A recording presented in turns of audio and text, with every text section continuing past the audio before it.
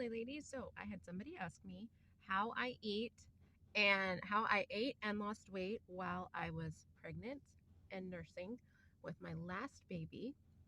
She is 2, and so I had never been able to lose weight while breastfeeding ever. I lost weight while breastfeeding with my son, who is now 4, and using THM. And the way I ate with him was I had to be fully on plan. I know, scary thoughts, but with him, I had to be fully on plan. Did that mean that I didn't enjoy my lifestyle? No, that didn't mean that. And it's not, for me, that was how that had to work, because I don't believe in an all or nothing lifestyle. That doesn't work for most people. But for me, that's what I had to do to lose weight while breastfeeding. I also learned through that first experience as a Trim Healthy Mama, nursing mama, that I needed to be gluten light and dairy light. So what does light mean? I could occasionally enjoy sourdough, which I love. I absolutely love sourdough. And then I could occasionally enjoy, I saved my dairy for coffee. I also learned through that experience that I could not indulge in personal choice items. It just doesn't work for me. So all of that worked together for me to lose about 30 pounds before I became pregnant with our daughter. And then I had to learn a whole new way to do it. I also learned that because of my Hashimoto's, I had to really, really, really support my hormones to maintain my supply while I was breastfeeding. And that meant for me that of the 4 to 5 meals a day that I would eat, I needed to have 2 of them be e-meals, very solid e-meals, meaning that I had to eat the full 45 grams of carbs. Yes, I was single fueling at that point. He was over a year.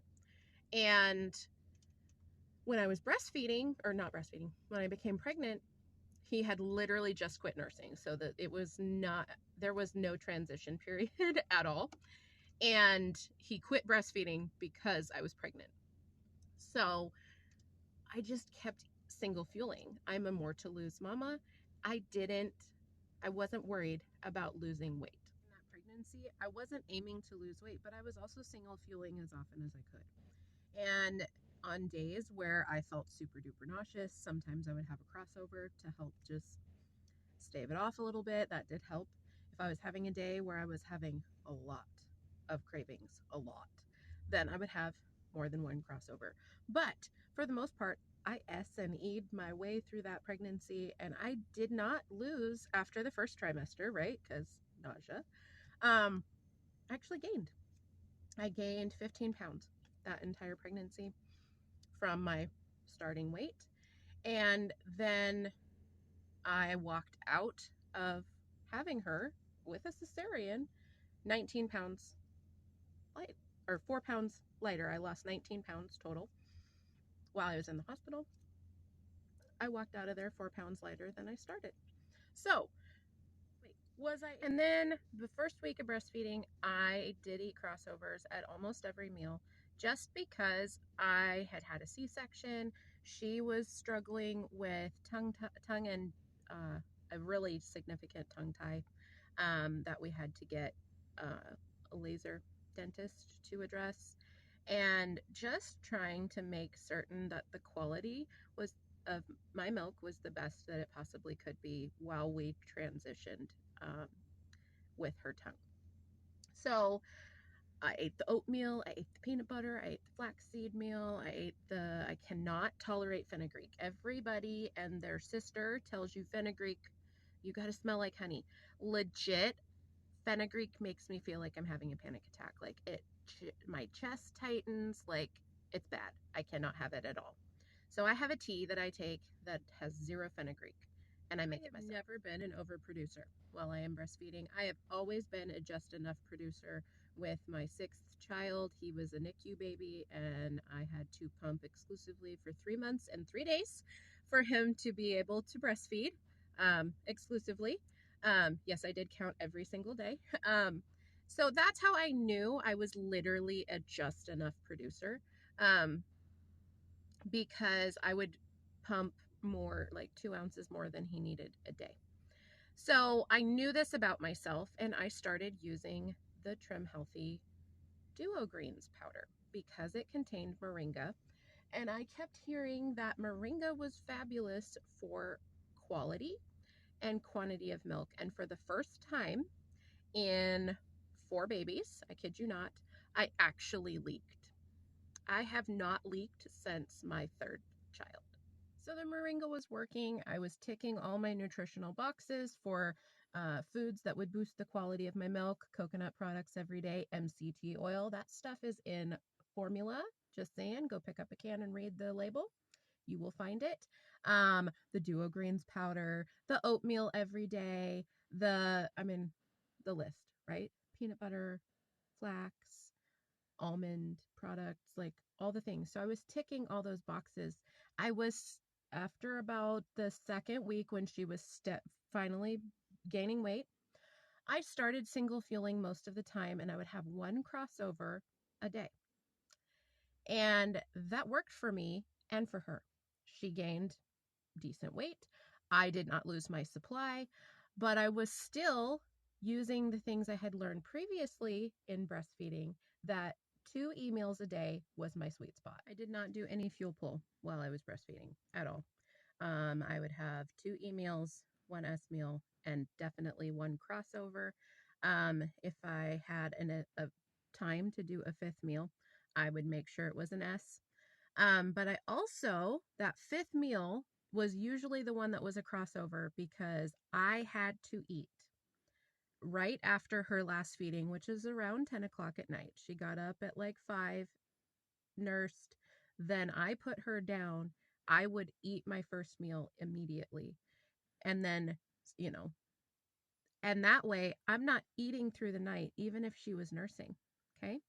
So I didn't need to. And I lost 50 pounds in the first year after she was born. And I had never done that ever, um, other than my son, where I ate THM when he was over 1. The crossovers changed for me.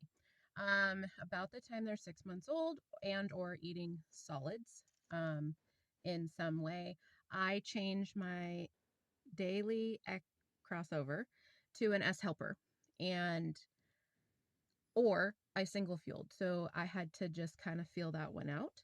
And at some point, I just single fueled all the time because the more she ate, the less I actually needed that final crossover. But I was still eating 4 to 5 times a day. I was still making sure that I ate at 10 o'clock before she went to bed, or after she nursed and I put her to bed. And then the first, as soon as she nursed and I put her back to bed in the morning after her first AM feeding, right? Daylight feeding, I would eat. And that was my routine for her. And it worked. Like at that point I had lost. So I get this question, what about the nursing hunger? And girl, I feel ya. The nursing like cravings and like I'm starving feeling are like no other. But in my experience as a nursing mom to 7 small humans, most of the time when I am feeling that gut clawing, like ravenous hunger, or I'm having a super duper craving, it's 90% of the time that I am expending more liquid than I'm actually consuming. Okay. So, hydration. I did focus a lot on hydration with my last baby versus number 6, where I was just excited that I could keep my supply, right? So I drank half my body weight in ounces of water, and plain water, not water enhancers, because at that point I still couldn't tolerate stevia. So, water. So those are my tips and tricks. I am a lactation trained human. I've taken those classes. I know how to help people breastfeed, as successfully as possible.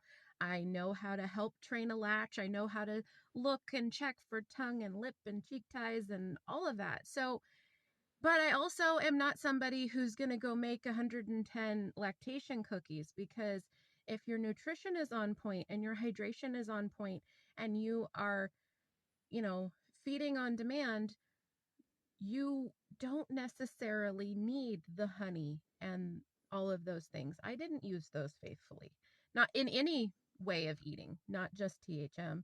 I didn't need, the sourdough bread and all of that stuff. And I actually did in my last pregnancy or last nursing period, 100-day challenge, and nothing happened to my supply. And I did not eat one lactation cookie.